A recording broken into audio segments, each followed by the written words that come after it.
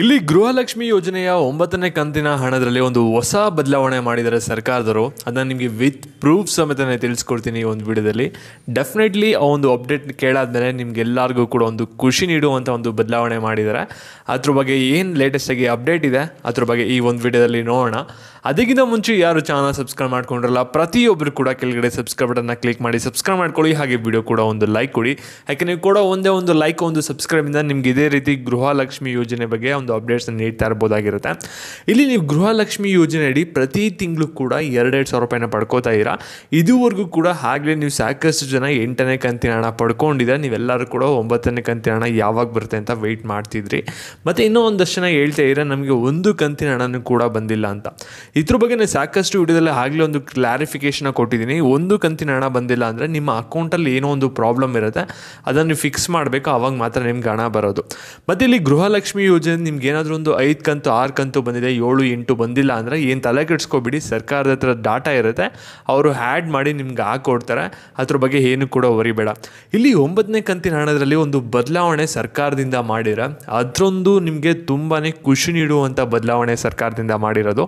Definitely ಆ ಒಂದು ಅಪ್ಡೇಟ್ನ ಕೇಳಿದ್ಮೇಲೆ ನೀವೆಲ್ಲರೂ ಕೂಡ ಖುಷಿ ಪಡ್ತೀರಾ.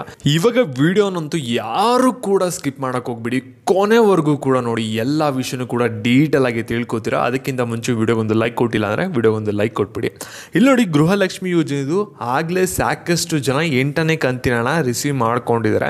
ನೀವೆಲ್ಲರೂ ಕೂಡ ವೆಯ್ಟ್ ಮಾಡ್ತಾ ಇರೋದು 9ನೇ ಕಂತಿನ ಹಣ ನಮ್ಮ ಖಾತೆಗೆ ಯಾವಾಗ ಬರುತ್ತೆ, ಇನ್ನೂ ನಮ್ಮ ಖಾತೆಗೆ ಬಂದಿಲ್ಲ, ನಮ್ಮ ಜಿಲ್ಲೆಗೆ ಬಂದಿಲ್ಲ, ಈ ರೀತಿ ಸಾಕಷ್ಟು ಒಂದು ಕಮೆಂಟ್ಸ್ ಬರ್ತಿತ್ತು. ನೀವು ಕೂಡ ವಿಡಿಯೋ ರೆಗ್ಯುಲರ್ ಆಗಿ ನಮ್ಮ ಚಾನಲಲ್ಲಿ ನೋಡ್ತಾ ಇರ ಅಂದರೆ ಪ್ರತಿಯೊಂದು ಕಮೆಂಟ್ಸು ಕೂಡ ಅಬ್ಸರ್ವ್ ಮಾಡ್ತಾ ಇರ್ತೀರಾ, ಯಾವ ರೀತಿ ಒಂದು ಜನರು ಕಮೆಂಟ್ ಆಗ್ತಾ ಇರ್ತಾರೆ ಅನ್ನೋದನ್ನ. ಅಲ್ಲಿ ಸಾಕಷ್ಟು ಜನ ಕೇಳ್ತಾ ಇರೋದು 9ನೇ ಕಂತಿನ ಹಣ ಬಂದಿಲ್ಲ ಯಾವಾಗ ಬರುತ್ತೆ ಅಂತ. ಮತ್ತು 7 8 ಏನಾದರೂ ಬಂದಿಲ್ಲ ಅಂದರೆ ನೀವೇನು ತಲೆ ಕೆಡಿಸ್ಕೊಬೇಡಿ, 9ನೇ ಕಂತಿನ ಹಣ ಜೊತೆ ನಿಮಗೆ ಬರುತ್ತೆ. ಯಾಕೆಂದರೆ ಸರ್ಕಾರದ ಹತ್ರ ಡಾಟಾ ಇರುತ್ತೆ, ಎಷ್ಟು ಜನಕ್ಕೆ ಯಾವ ಕಂತಿನ ಹಣ ಹೋಗಿರುತ್ತೆ ಅಂತ. ನಿಮಗೂ ಕೂಡ ಗೊತ್ತಾಗಬೇಕು ನಿಮಗೆ ಎಷ್ಟು ಹಣ ಬಂದಿದೆ ಅಂದರೆ DBT ಆ್ಯಪ್ ಅಂತ ಇದೆ.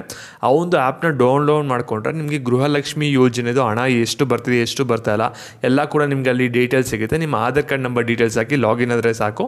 ಅಲ್ಲಿ ಗೌರ್ಮೆಂಟ್ ಬೆನಿಫಿಷರಿ ಡೀಟೇಲ್ಸ್ ಅಂತ ಇರುತ್ತೆ, ಅದು ಚೆಕ್ ಮಾಡಿದ್ರೆ ನಿಮಗೆ ಪ್ರತಿ ತಿಂಗಳು 2,000 ರೂಪಾಯಿ ಯಾವ್ಯಾವ ತಾರೀಕಿಗೆ ಆಗ್ತಾ ಇದ್ದೀರಾ, ನಿಮಗೆ ಎಷ್ಟು ಕಂತಿನ ಹಣ ಬಂದಿದೆ ಅಲ್ಲಿ ನಿಮಗೆ ಡಾಟಾ ಸಿಗುತ್ತೆ. ಅದ್ರ ಬಗ್ಗೆ ಏನೂ ತಲೆ ಕೆಡಿಸ್ಕೊಳ್ಳಾಗತ್ತೆ ಇಲ್ಲ. ಮತ್ತು ಇಲ್ಲಿ ಗೃಹಲಕ್ಷ್ಮಿ ಯೋಜನೆದು 9ನೇ ಕಂತಿನ ಹಣದಲ್ಲಿ ಏನು ಹೊಸ ಬದಲಾವಣೆ ಮಾಡಿದ್ದಾರೆ ಅಂದರೆ, ಇಲ್ಲಿ ನೋಡಿ 8ನೇ ಕಂತಿನ ಹಣ ಬಂದ್ಬಿಟ್ಟು ನೀವು ಎಲ್ಲರೂ ಕೂಡ ಯಾವಾಗ ರಿಸೀವ್ ಮಾಡ್ಕೊಂಡ್ರಿ ಅಂದರೆ, ಈ ತಿಂಗಳು ಎಷ್ಟೊಂದು ಜನ ರಿಸೀವ್ ಮಾಡ್ಕೊಂಡ್ರು, ಎಷ್ಟೊಂದು ಜನ ಓದು ತಿಂಗಳೇ 8ನೇ ಕಂತಿನ ಹಣ ರಿಸೀವ್ ಮಾಡ್ಕೊಂಡ್ರು. ಮತ್ತು ಇವಾಗ 9ನೇ ಕಂತಿನ ಹಣ ಯಾವಾಗ ಬರುತ್ತೆ ಅಂತ ನೀವು ಸಾಕಷ್ಟು ಜನ ವೆಯ್ಟ್ ಮಾಡ್ತಿದ್ರಿ. ಆದರೆ 9ನೇ ಕಂತಿನ ಹಣ ಆಗಲೇ ಬಿಡುಗಡೆ ಮಾಡಿಬಿಟ್ಟಿದ್ದಾರೆ. ಇಲ್ಲಿ ಒಂದು ಬದಲಾವಣೆನ ಮಾಡಿದರೆ, ಎಲೆಕ್ಷನ್ ಆದಮೇಲೆ ಬಿಡುಗಡೆ ಮಾಡಬೇಕು ಅಂತ ಅಂದ್ಕೊಂಡಿದ್ರು.